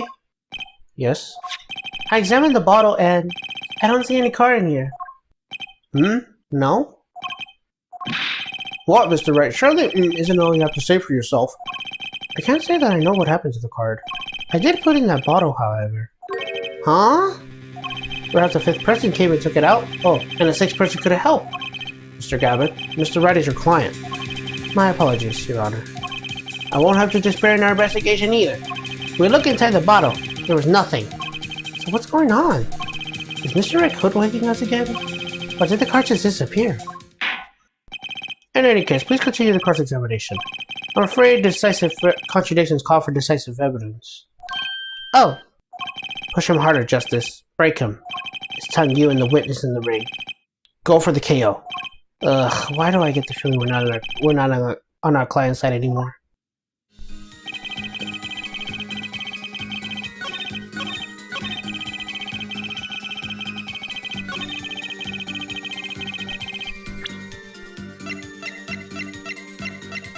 Objection! Mr. Wright, if I may? Yes? Take a look at this photograph of the crime scene. See this victim here? He's wearing a hat. I wouldn't think you could see blood on his forehead. Good point. Justice, next time you point out a consistency, put a little more oomph into it. Mr. Wright, can you explain this to the courtroom? Oh, I forgot to mention something. I was the one who put the hat on his head. Eh? You? You put the hat on the dead man's head? He wore it through the entire poker game. After calling the police when I returned to the scene, his head was in full view, shining bright, like in this photograph. And I picked up his hat off the floor and put it on his head. Why would you do such a thing? All I can say is I'm sorry, but that's the only thing I touched at the crime scene. So, Miss Orley didn't see it? It being the victim's his head? I think not. She was out cold. I believe I was the only one who witnessed his head. oh, here we go again. Mr. Gavin? Pardon? It just seems that our client is determined to lie his way through his case. Hey, he's still our client, isn't he? I believe that's enough of that. Mr. Gavin? This witness testimony is more like a travesty. It's riddled with lies. I'm beginning to see how you came to lose your attorney's bet 7 years ago. Well, you certainly have a unique way of treating your clients, Christophe. I never knew. I believe it was you who threw the first stone. Mr. Wright, if you intend to ever tell the truth about this case, it's now or never. Don't be missile. I haven't told a single lie here. Eh? When I noticed the trap, I put the card in the bottle to dispose of it. And when I put the pad on the victim's head, let's just say I had a reason for doing that as well. A reason? That reason is right here. Your cell phone? That night, Recall that I spoke with Defense Attorney Gavin after calling the police. Just in case, I recorded our conversation. What's this? Now we were all here, I see no reason why I shouldn't play it back for the court. Christoph, I seem to be in a bit of trouble. What's this? Game not going well? Something like that. The gentleman who challenged you, he turned out to be good? He turned out to be dead. Someone hit him hard. You mean someone cracked his faultless bone china plate? It wasn't you, wasn't it? Me? Please, the cops should be here any minute. I'm in your hands, should it come to that. Bone china plate? A kind of porcelain, very smooth and shiny, and not plate, but pate. I believe he was referring to this certain gentleman's balding forehead. The court appreciates the defense's assertion to not indict my forehead. Wait a second, something's not right about that phone call. So, after Mr. Gavin ate dinner with you, he left the Boarship War Club? Most certainly. Then how did he know? When did he see this bone china plate? Oh, that's right. Yes. That was when I began to see my good friend in a different light. Troubled, I returned to the crime scene, and there I spotted Mr. Smith's head again and realized exactly what was wrong. Well, Mr. Gavin, the stage has been set. Perhaps you would like to explain this to the court. Exactly how you did come by your privileged knowledge of the victim's head. So, this was your reason. The reason why you put the victim's hat back on. Your point, Mr. Gavin? It's all come down to this, hasn't it, Phoenix Wright? Order! I will have order! Mr. Payne! Yes, Your Honor? I believe this court has been left with no other choice. Are you prepared to hear Defense Attorney Gavin's testimony? Well, as the prosecutor, Very well. We'll break for 10 minutes, after which Mr. Gavin will take the stand for the cross-examination. Are we all clear on that? Crystal clear, Your Honor. Very well. This will be the final recess of the day. Oh boy. Mr. Gavin and Mr. Wright are both in the judge's chamber. Who would have thought today would turn out to be like this? May I? Huh? What? Hello, sir. Please, pick a card. What's all this about? Is this one okay? Excellent. I have a message for you. The last hand is about to be played. You'll need a trump card to make it. A trump card? The card you have chosen is magical. Use it wisely, and the game is yours. That's all. An ace? Where do I remember that card from? Mr. Smith-Khan has 3 aces and Mr. Wright 2. It is 5 aces at all. It is true. I have seen it. The 5th ace. It was cheating, I swear to you. The missing 5th ace. Wait, this blotch of red. Is this blood?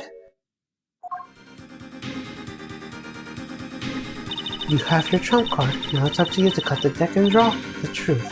My father's fate is in your hands. I know you can do it.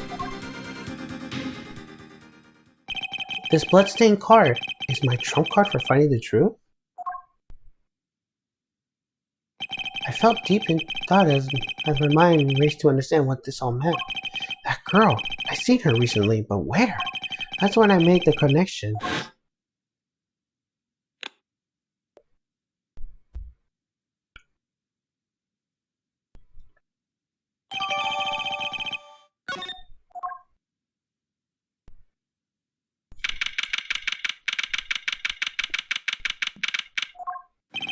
Court will now reconvene.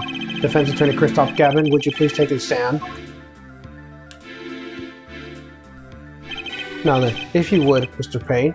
Yes, Your Honor. Well, the witness state his name and occupation? Is this farce necessary, Your Honor?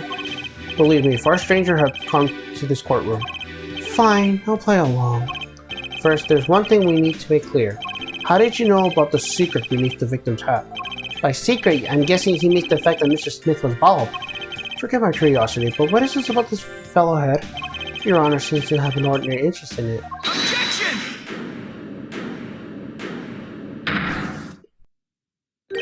I wouldn't call it an art it's in, Mr. Gavin.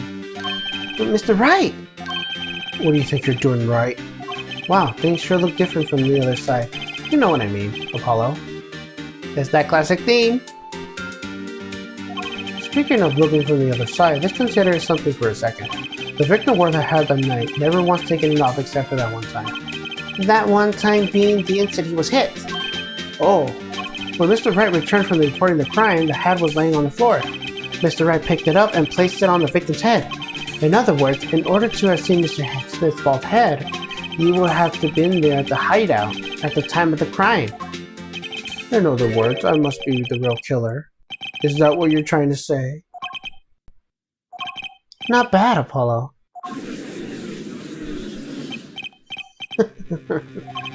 Mr. Gavin, I'm afraid that I haven't been entirely honest with the court. What? Oh, I assure you, I had a noblest of intentions.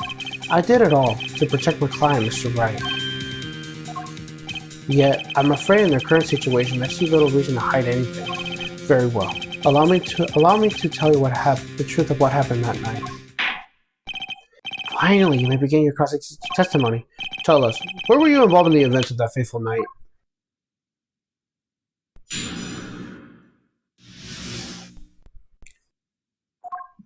The rage I sensed in that man that night troubled me, so I returned to the club. I went down to the basement and peeked through the little window of the hideout. It must have been right after the murder took place. The victim was dead, and he appeared in this photo. A bald head, an unconscious girl, and Wright, holding the bottle in his hand. I sensed that was not the best place for me to be at the time, and so I left. That's when the call came from Wright. So you witnessed the murder? For better or for worse, I missed the actual moment of the deed. Mr. Gavin, may I remind you that you are on Mr. Wright's defense team? Your testimony is clearly disadvantageous to your client. What else could I say? I'm standing on the witness stand, after all. So you are Mr. Gavin. And you had to testify as you just did. You had to tell him you saw the scene of the crime through that little window. Mr. Wright? You had to say that. Because that was the only probable window of opportunity, right, Apollo? Oh. Mr. Wright, the defense should do the cross-examination, not the defendant. Mr. Justice, are you prepared? Yes, Your Honor. I can't believe I'm going up against Mr. Gavin. This trial is getting weirder and weirder.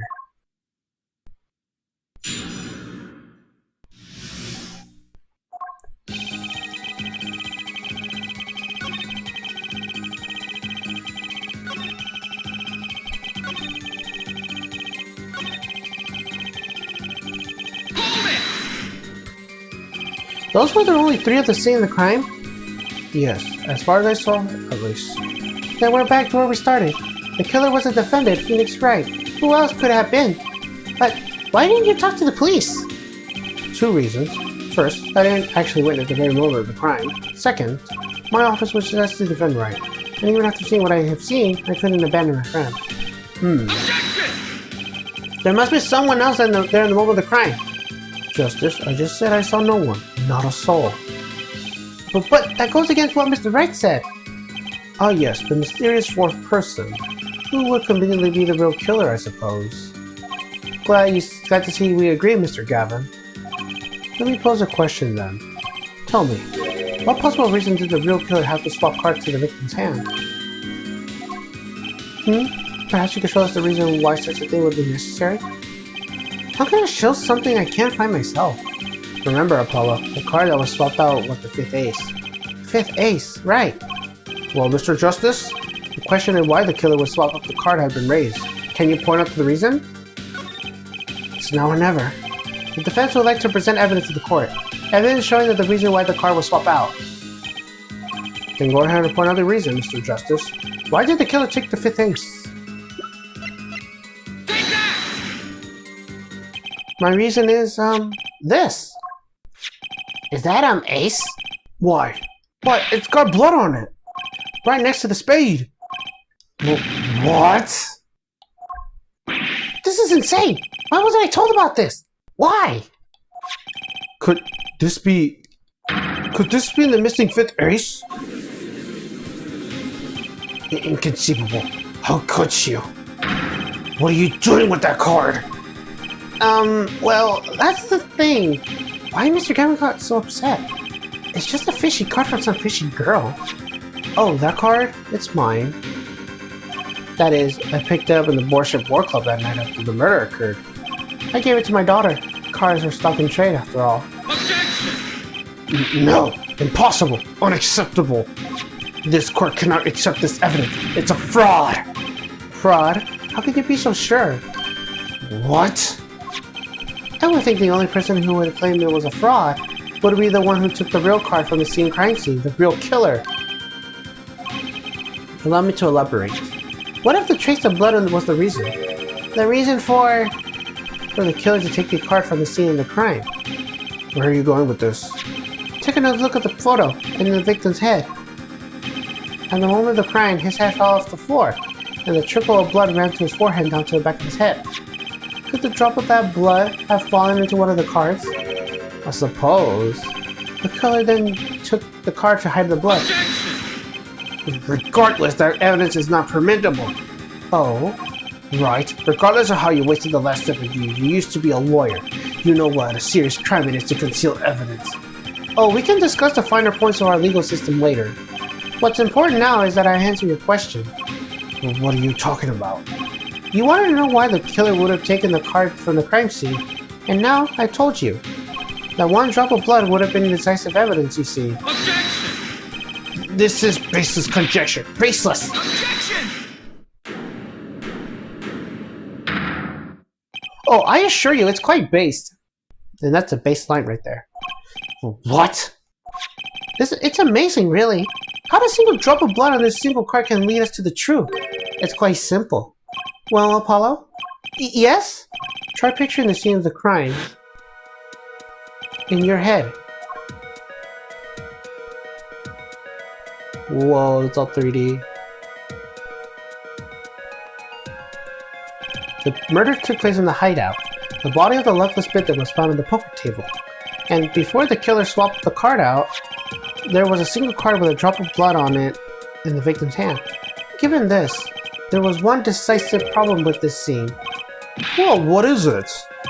Let's keep this simple, shall we? Given that there was a drop of blood in the card, whose position in the diagram doesn't fit? The victims, the killers, the witness, the second witness? Whose position doesn't fit with the bloody card?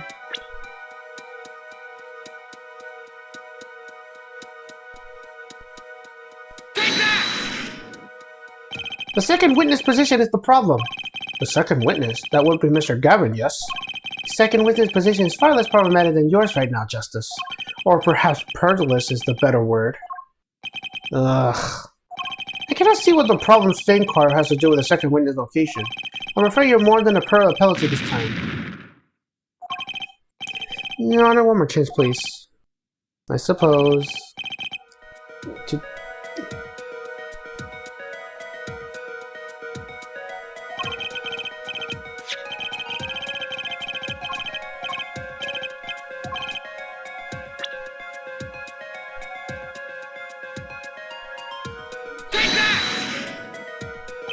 Well, isn't the victim's position that's the problem? I don't follow your logic here, Mr. Justice. Well, look, the victim was struck on the head, sending him back in his chair. Do you think any blood will fall behind the body, not onto the table in front of him? Ah. Take a look at this photo again. If it bled in this position, the blood will fall on the floor, not on the cards. Boy, that's right. So, what does this mean? Incidentally, we were sitting on swivel chairs. Swivel chairs? Oh, man. Apollo, try turning the chair around.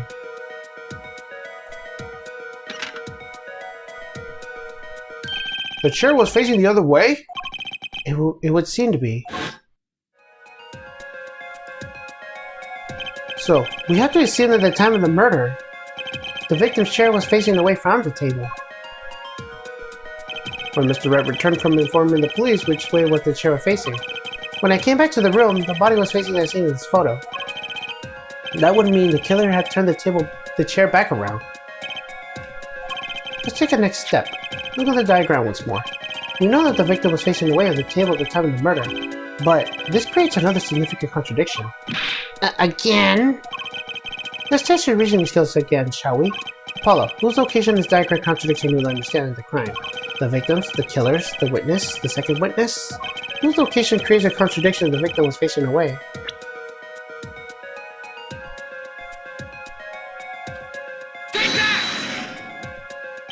The victim was struck on the front, correct? Indeed. Well, wouldn't it be hard for the killer to hit it from the front? Standing where the indicator currently is? I would think it's quite hard. Yes. Yes, but what you're saying makes no sense. Why would the victim suddenly turn his face to the wall in the middle of a game? I believe a significant reason will soon come to light. What? There's something in this diagram that makes far less sense, actually. Look again at the diagram. Apollo, if the victim was struck here or sitting as shown here, where would his assailant be standing? Try marking on the diagram. What? But? There's no room to put the marking where the killer should be. Don't worry, let's think this through and see what we can find. We know the victim was facing towards the wall at the time of the crime. That's the only thing we know for sure. Try to forget about everything else. Where would the killer have to be standing to strike our victim from the front?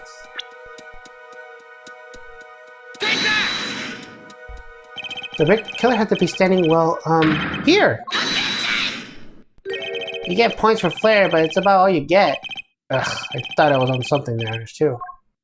I hardly need to point out that standing there would have been impossible. The victim was facing a solid cupboard. Or are you claiming that the killer climbed the cupboard and hit it from above? It's simple logic, really. If it was the only place the killer could have been standing, then that means that at the very moment of the crime... Wait, I know! At the moment of the crime, the cupboard wasn't there. What's this now? I mean, that's the only explanation, right, Sir Gavin? Your Honor, I have a suggestion for the defense.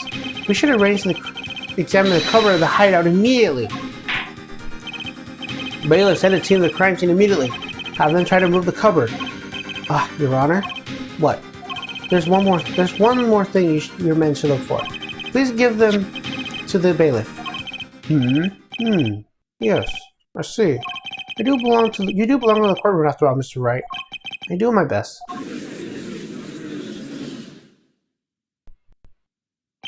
Well, let's forge ahead here while we wait. Look at the diagram once again. It's been changed. If the killer was standing here at the time of the crime, then this cupboard wasn't here. Which means... Apollo, try moving the cupboard. Thank you. As you can see, the cupboard was the problem. At the time of the murder, it has to have been shown here. Now everything is in place to reconstruct the moment of the crime. Oh my! What's this? What is it now? Look at the diagram of the crime scene once more. It appears we have yet another contradiction. what I believe to be the final contradiction, in fact. Huh? Oh, dang. Notice something, Apollo? Our line of deduction is rapidly approaching its logical conclusion. Now then, Mr. Justice, please point to the new contradiction indicator. Is this the victim, the killer, the witness, the second witness? Which indicator is designed to contradict what we know about the crime?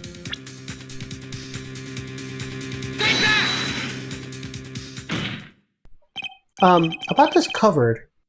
Are we all okay to assume that it was moved? Sure, why not? Well, if it was, something really doesn't fit. The cupboard would completely cover up the window to the stairs. That's right. Someone was standing outside wouldn't be able to see in. Someone like Mr. Gavin. What did you say? Oh, is that coolest defense of the West losing his cool? Don't expect me to play along with your little game, right? It's not a game until someone gets killed, Mr. Gavin. And someone was, while the window in that room was blocked by a cupboard. So, Mr. Gavin, perhaps you'd like to explain to the court exactly where did you witness the crime scene from? Excuse me, Your Honor. Order. This is a court of law, and I will have order. We just now received word from our investigating team of the Porsche War Club. They examined the cover of the hideout, Your Honor. Oh, and what did they find? Well, Your Honor, it turns out there was a secret passage behind it. What? Ah, yes, I believe I mentioned something of the sort before. This is one of the tricks to the room many of the regulars know about. I do remember him saying something like that now that you mention it. Secret passage is a handy thing to have when you're engaged in illegal goal runs. You never know when you might need to duck away from the eyes of the law. If the room was a secret passage, where does it go? The other side connects to the restaurant above. The underworld bosses could get away from the cops. And enjoy the cold-boiled borscht, no doubt. Just like our killer.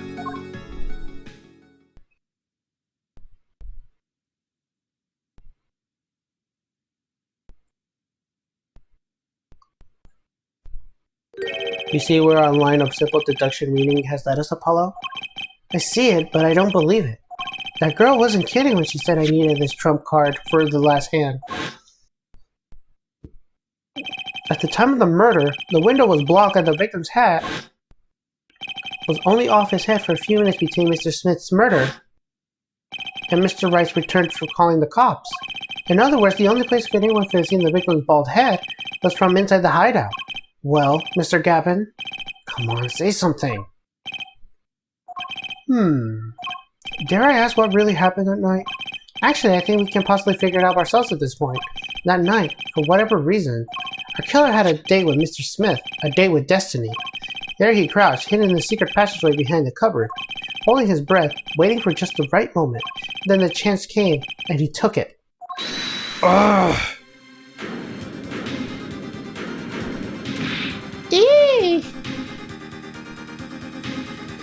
Why did you do that? Wait here, I'll get help. Miss Orley was out cold, struck by Mr. Smith. But his time was soon to come. Mr. Wright went upstairs to call the cops, leaving Mr. Shady Smith alone in the hideout with the unconscious dealer. Then our killer stepped out of the secret passage and into the hideout. The victim must have heard the cover sliding aside. He wheeled his chair around to look, and after the deed was done, the criminal must have seen the blood on the card. He would have, of course, realized the need to destroy the evidence. That single sawdust blood told the whole story of the crime. Too bad for him he didn't linger any longer in the hideout that night. If he had, he might have noticed the cards on the floor, and the fact that they were all red.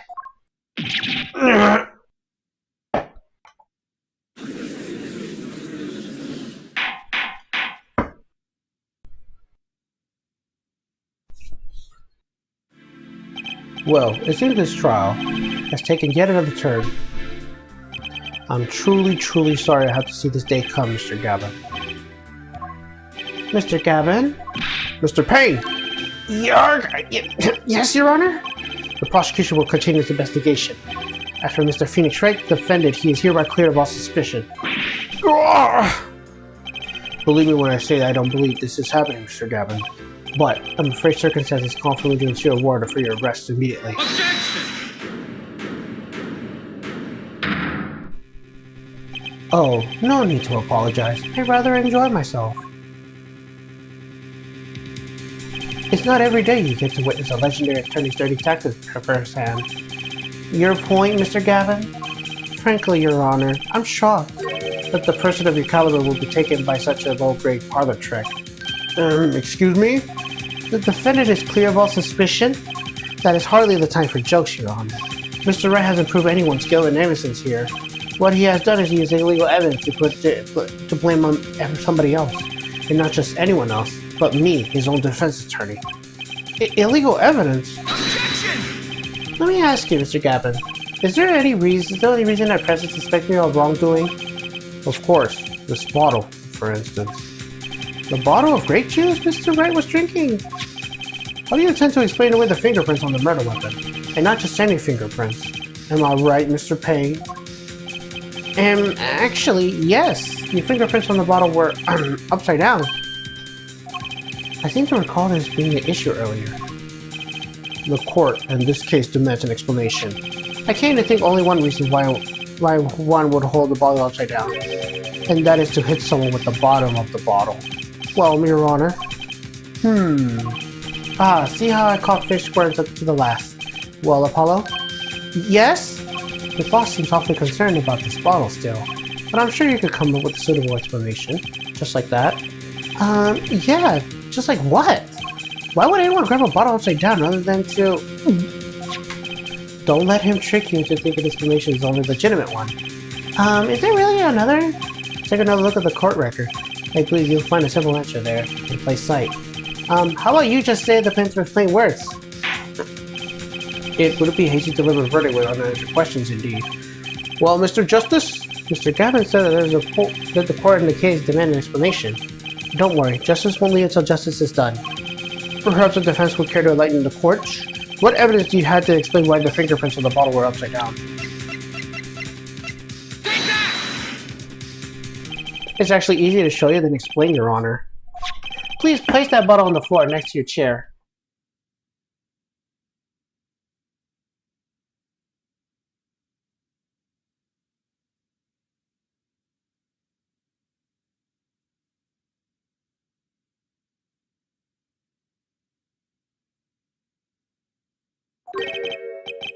Excuse me, on the floor? Yes, now reach down and pick it up. Without getting out of your chair. Ah! See? You naturally go to pick up the bottle by his neck. With your fingers upside down. Look at this photograph taken on the night of the murder. The defendant, Mr. Wright, sat here, playing piano, bottles of grape juice on the floor at the side of the piano bench. He would have naturally picked up the bottles upside down several times. Wow, I can't believe it was that simple. Recall the dinner that evening, Christoph. I was drinking my usual juice then, too. Basically, you used the bottle at the table to do the deed. But then you must have remembered. So you went to pick up one of the bottles from under the piano, and you switched the bottles. You took one of Mr. Wright's bottles and made it look like the murder weapon. Order, order, order! What do you have to say to these charges, Mr. Gavin? Fascinating. So this is the legendary attorney's framed tactic of misdirection. What? You claim that I switched the bottle? Where's your proof? Proof? Well, that's, as I thought, more baseless conjecture. I'm afraid your bottle is proof of quite empty. I wouldn't be so sure about that. Your Honor, when you instituted the investigation of the hideout earlier, did you recall you requested an additional investigation? Yes. I have your memo about that here. Retrieve the bottles from under the piano at the Borsche Boar Club. And here, one of the bottles in question. What? You're gonna do stuff for fingerprints too? I wouldn't be surprised if anywhere on that were his. Mr. Gavin probably wouldn't make such a novice mistake true. That bottle wouldn't bear a trace of anything. Say, Apollo. Yes? Why don't you go ahead and examine that bottle? Why? Just humor me. Mr. Wright, this bottle will solve this case once and for all. What? That's some bottle. There's something inside the bottle.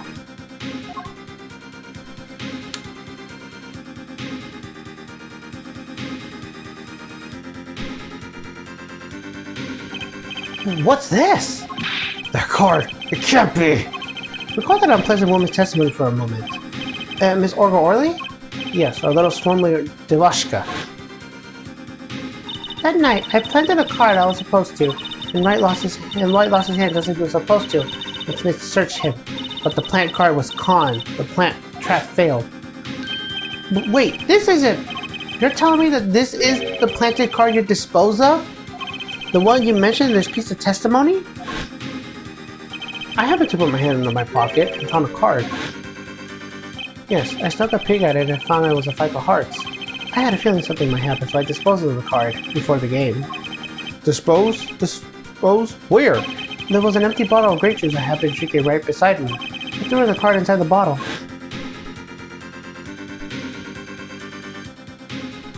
The 5 of hearts. This is the card. The bottles were swapped, and the one who could have done it was the 4th person in the club that night. You, Mr. Christoph Gabin.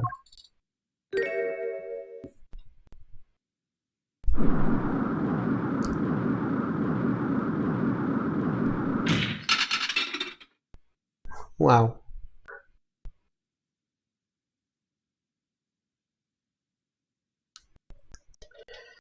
Yep, we got him. That is all.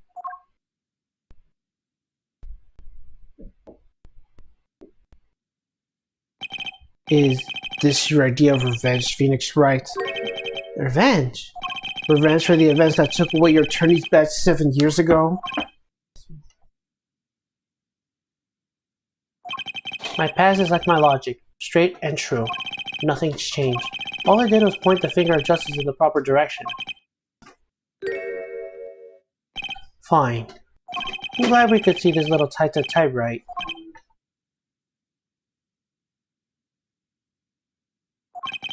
This is insane!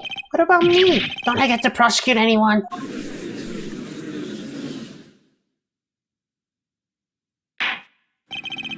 I believe this time has finally come to an end to our trial. Mr. Payne, do you have a report of us about Christoph Gabin? He admitted everything. We're processing his arrest now. I see. Still, one has to wonder why he would do such a thing. He didn't even have a connection to the victim, did he? Not that we know of. Mr. Wright, have you anything to add? I'm afraid I can't shed any more light on the matter. About this victim, Mr. Shady Smith. His occupation is listed as traveler. No profession to be sure, but that's all we know about him. I'll arrange a follow-up investigation, Your Honor. Good. Mr. Wright? Yes? 7 years, and you still haven't lost your touch. Christoph Gabin was a man of such significance for me, both as a friend and as a lawyer. He was extremely talented, to be sure. I need 2 things before I could confront him. The first was a place of no injustice would be tolerated, this courtroom. The second was a man who tolerated no injustice. In other words, a defense attorney. You, Apollo. Me? This is a dark time for our legal system. A twisting of justice brought on by a very initial trial system. And we have to set it right. Mr. Wright! Our work lies ahead of us. And I, for one, am looking forward to it. Well, this seems like a good time to announce the verdict. This court finds the defendant, Mr. Phoenix Wright, not guilty.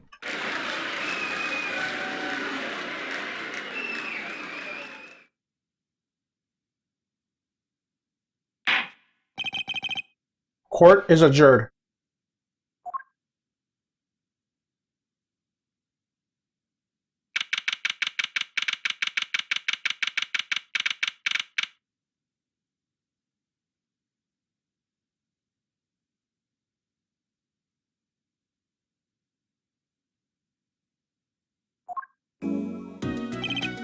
Thanks, Apollo.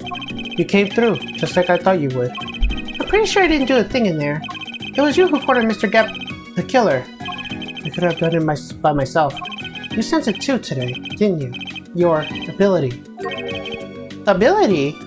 Yes, the sensibility I lack. You come to understand it soon enough. Wait, I wonder if he means... I have one question for the witness then. You say you saw the moment the defendant hit the victim. Is this true? Of course it's true. What's this weird vibe I'm getting? What was that, Mr. Wright? You have to find the answer to that question yourself. The answer? Right. Today was full of questions without answers. Most of them about Mr. Gavin. What possible reasons why I have to commit the murder? Perhaps you'll learn in the days that come. Huh? Wait, you don't know, do you? This locket is the key. Huh? Oh, that reminds me. I met the girl's pictures in your locket.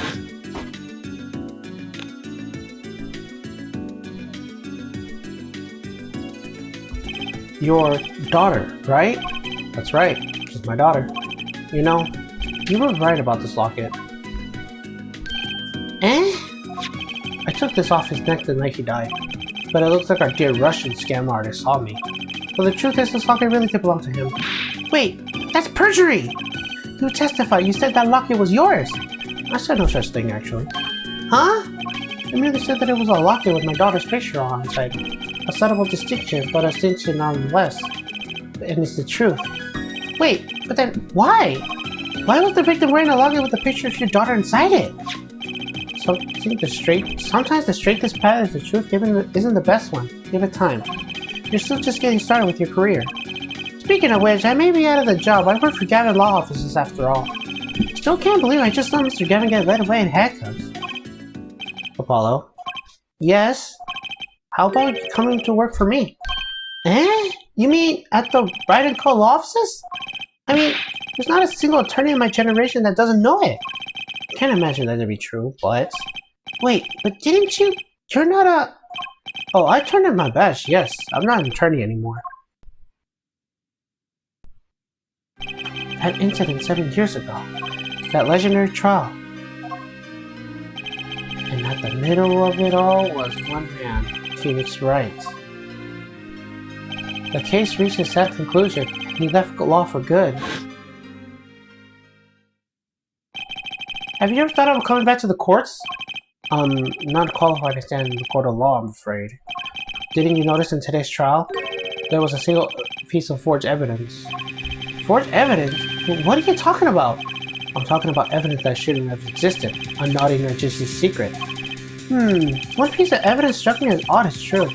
It just seems, well, too perfect. I bet this is the forged evidence. You mean this, don't you? I got this from your daughter, Mr. Wright. Yes, that car shouldn't have been found on the crime scene. Why? Because the killer took it with him when he left, leaving the wrong car in its place, luckily for us. The court cannot accept this evidence. It's a fraud. A fraud? How can you be so sure? I would think the only person who could have claimed it was a fraud would be the one who took the real car from the crime scene, the real killer. My verdict was already reached down 7 years ago. Then, you really... Yep, yes, I forged this card. One look at the crime scene should have told you that it wasn't real. But you can't do something like that and call yourself an attorney.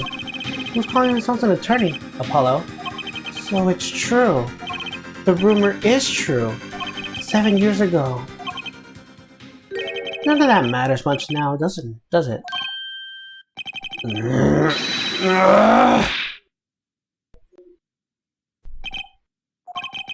I punched him. It's your story from here on out, Apollo. Perhaps I can help you turn the next page. My office address. Drop in, if you like. Mr. Wright! Oh, about your uppercut? Try yelling, "Take that!" next time. I find it packs a little more punch. And Apollo, thanks for today. I had a good time.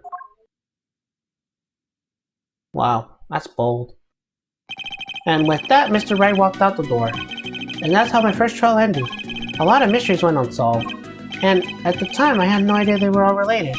Every mystery that day, connected by the single thread of logic. I'll find that out soon enough. My name is Apollo Justice, attorney at law, and this is how my story begins. And with that, Turnabout Trump is done.